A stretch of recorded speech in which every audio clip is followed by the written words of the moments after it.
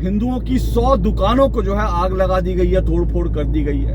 उनके हिंदुओं के वाहन जो हैं, हिंदुओं की जो मोटरसाइकिल्स थी, बाकी उनके 2 व्हीलर 4 व्हीलर वो जो है तबाह बर्बाद कर दिए गए हैं। 5000 हिंदुओं ने मोमिनपुरा जो रहते थे आसपास के इलाकों में, उन्होंने वहां से पलायन कर दिया है। करीब 70-80 जिहादियों की भीड़ कहीं से आ गई और उन्होंने जो है हिंदुओं की दुकानों पर बाकायदा पथराव करना शुरू किया। हिंदुओं की दुकानों पर पेट्रोल बम फेंके गए और हिंदुओं के घरों में घुस-घुस कर उनके साथ मारपीट की गई। इसके बावजूद पश्चिम बंगाल की मुख्यमंत्री कोई कदम उठाने के लिए तैयार नहीं। इससे साफ लगता है कि वोटों के लालच में वो किस हद तक जो है इन जिहादियों का संरक्षण कर रही है, किस हद तक वोटों के लालच में जिहादियों को पाल पोस रही है। क्या हिंदुओं की किस्मत में, हिंदुओं की तकदीर में हमेशा पत्थर खाने लिखा है, पेट्रोल बम से जलना लिखा है?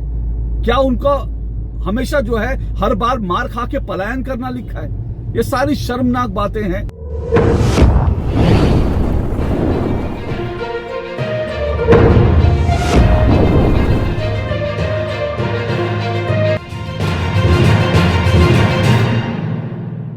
मोमिनपुरा, क्या ये नाम आपने सुना?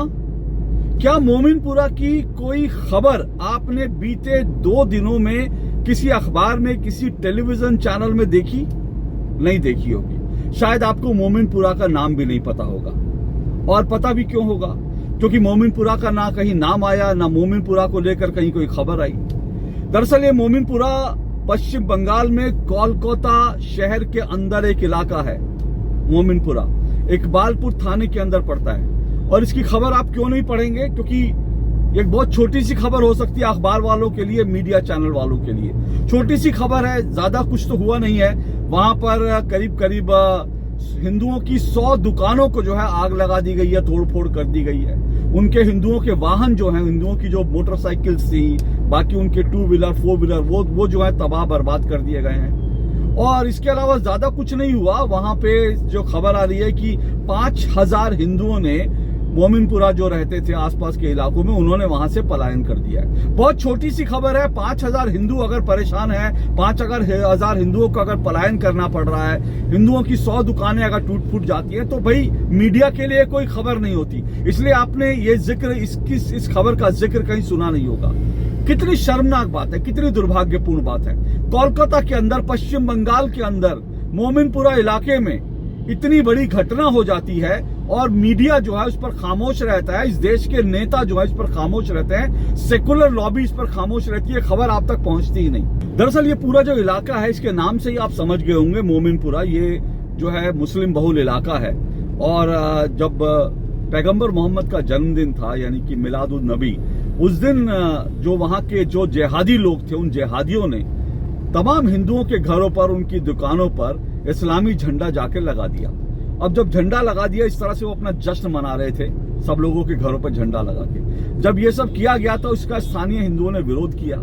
लोगों ने अपने घरों से जो है इस्लामी झंडे, जो हिंदू थे, उन्होंने आपत्ति जताते हुए अपने घरों से जो इस्लामी झंडे थे वो हटा दिए। लेकिन जैसे ही ये झंडे हटाए, उसके बाद करीब 70-80 जिहादियों की भीड़ कहीं से आ गई और उन्होंने जो है हिंदुओं की दुकानों पर बाकायदा पथराव करना शुरू किया। हिंदुओं की दुकानों पर पेट्रोल बम फेंके गए और हिंदुओं के घरों में घुस-घुस कर उनके साथ मारपीट की गई। कई लोगों के घरों में जो है दरवाजे खटखटाने के, लोगों की भीड़ वहां पर घुसना चाह रही है, इसके वीडियो सामने आए हैं। इतना बड़ा इंसिडेंट हो गया पश्चिम बंगाल में और इसकी खबर कहीं नहीं आई, क्योंकि ये जिहादी लोग थे और पीड़ित लोग जो हैं वो हिंदू थे, इसलिए आपने खबर कहीं नहीं सुनी होगी। इससे ज्यादा दुर्भाग्यपूर्ण क्या हो सकता है?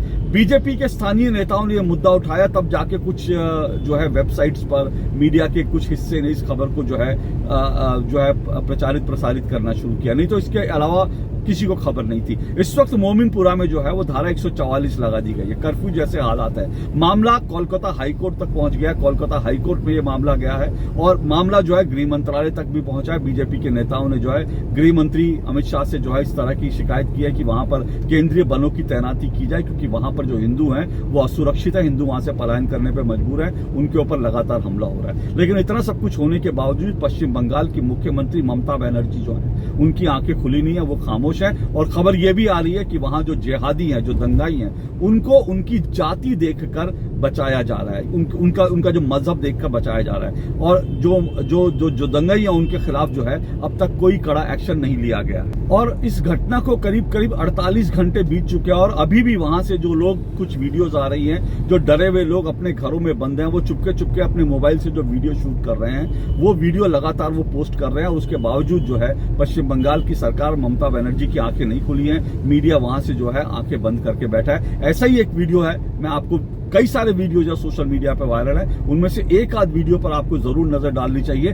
ताकि आपको दरअसल पता चले कि मोमिनपुरा के हिंदू जो हैं वो किस तरह से जो है इस वक्त डर और खौफ के माहौल में रहने के लिए मजबूर है। ये वीडियो देखिए।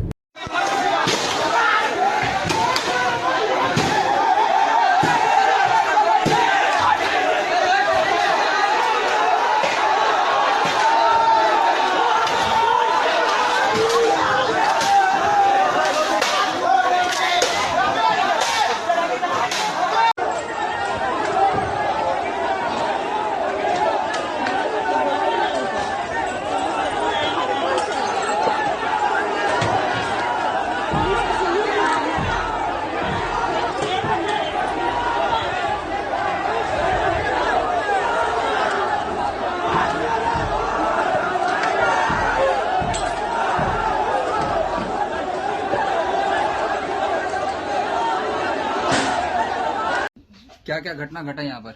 बोले सर, हम लोग का खिड़की का पल्ला ना सब तोड़ दिया, कांच पूरा बिछा हुआ था, बांस झुका दिया था, पूरा इतना बड़ा बड़ा ईटा पूरा सब इसमें पूरा बिखरा हुआ था, पूरा घर द्वार। आके सुबह में हम लोग सब साफा सुथरा किया। हम लोग टाली खोला का घर, बताए टाली बचा है कि नहीं बचा, पूरा सामान गिरा हुआ था ये सब। शॉर्ट हो रहा है तो यहाँ तो ज्यादा बम फेंक रहा था, ईटा तेल में मिला के खिड़की से फेंक रहा, बाहर तोड़ के खिड़की जलना, अंदर से फेंक रहा था। यहाँ पर अंदर में क्या हुआ? अंदर जला दिया गया? हाँ, जला हो जाएगी, जला हो जाएगी। पूछ किया गया उसके बाद फेंका गया बम। इसने बोला कि रस्सी ले लिए, इसको हम जैसे लगता है उसी तरीके से हम बांध दिए। तो एक लड़का मुस्लिम है, उसने बोला कि जैसे आप खोले उसको ऐसे छोड़ दीजिए और हम लोग सुबह में देख लेंगे क्या करना। इसका मतलब हम लोग नहीं समझे। उन्होंने बोला कि छोड़ दीजिए ऐसे। हाँ, बोला इसको छोड़ दीजिए, हम लोग सुबह में क्या करना है भगवान की जगह हम लोग लगाना है, क्या नाम भगवान घर में आग लगाए देंगे। तोड़ा बात तोड़ के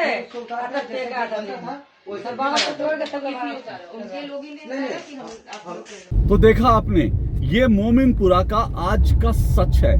और ये आज का सच नहीं, ये बरसों का सच है।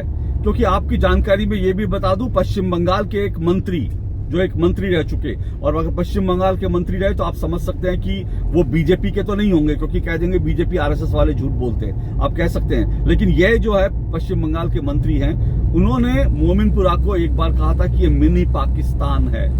ये सोचिए कि पश्चिम बंगाल के एक पूर्व मंत्री ने कहा था, मंत्री रहते हुए कहा था कि ये मोमिनपुरा जो है ये दरअसल मिनी पाकिस्तान है। और ये मिनी पाकिस्तान आज भी मिनी पाकिस्तान बना, इससे साबित हो गया। और आज भी वहां पर किस तरह से जिहादी अपनी हुकूमत चला रहे हैं, साफ हो गया। इसके बावजूद पश्चिम बंगाल की मुख्यमंत्री कोई कदम उठाने के लिए तैयार नहीं। इससे साफ लगता है कि वोटों के लालच में वो किस हद तक जो है इन जिहादियों का संरक्षण कर रही हैं, किस हद तक वोटों के लालच में जिहादियों को पाल पोस रही हैं। लेकिन इस पूरी घटना को लेकर दो बड़े सवाल हमारे सामने हैं। एक, इस देश में पिछले कुछ सालों से लगातार ये झूठा फेक नैरेटिव चलाया जा रहा है कि इस देश में अल्पसंख्यक खतरे में है। लेकिन अल्पसंख्यक खतरे में नहीं है। अगर आप सोचिए कि अल्पसंख्यक जो हैं इस देश में, अगर कोलकाता जैसे शहर में अल्पसंख्यक जो हैं और जिहादी जो हैं, अगर वो इतनी हिमाकत कर लेते हैं कि वो 5000 हिंदुओं को पलायन करने पे मजबूर कर देते हैं, तो दरअसल अल्पसंख्यक खतरे में नहीं है भारत में, बहुसंख्यक खतरे में है, हिंदू खतरे में है। तो एक बात तो ये साफ हो गई। और दूसरा महत्वपूर्ण बिंदु ये है कि इस देश में अल्पसंख्यक जो हैं और जिहादी जैसे चाहेंगे वैसे वो सबके त्योहार मनाएंगे, चाहे उनका अपना त्योहार हो या हिंदुओं का त्योहार हो। क्योंकि आप देखिए, जब रामनवमी थी या फिर हनुमान जयंती थी, तब इन्होंने क्या किया, तब इन्होंने जो हिंदुओं के प्रोसेशन थे, जो हिंदू लोग जो है रामनवमी और हनुमान जयंती पर जब वो शोभा यात्राएं निकाल रहे थे, तो उन पर मस्जिदों से पथराव होता है और ये कहा जाता है कि हमारे इलाके में मत आओ।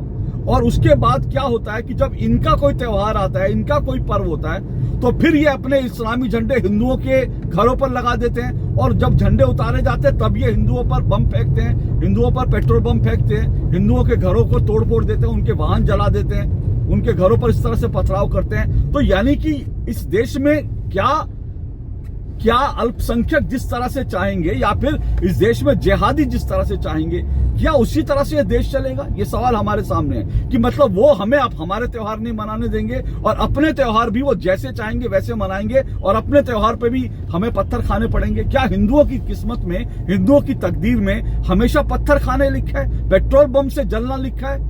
क्या उनको हमेशा जो है हर बार मार खा के पलायन करना लिखा है? ये सारी शर्मनाक बातें हैं।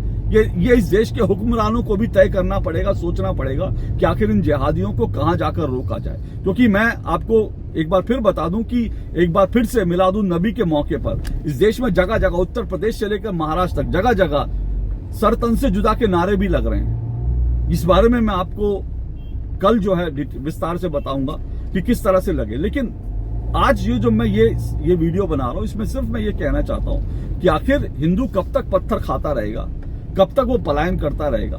क्या हिंदुस्तान में हिंदू इसी तरह से जीने के लिए मजबूर रहेगा? क्या हिंदुस्तान में हिंदू इसी तरह से डर डर के रहेगा और पूरी दुनिया में ये गाना गाया जाएगा कि भारत में अल्पसंख्यक असुरक्षित हैं? जरा सोचिएगा। नमस्कार।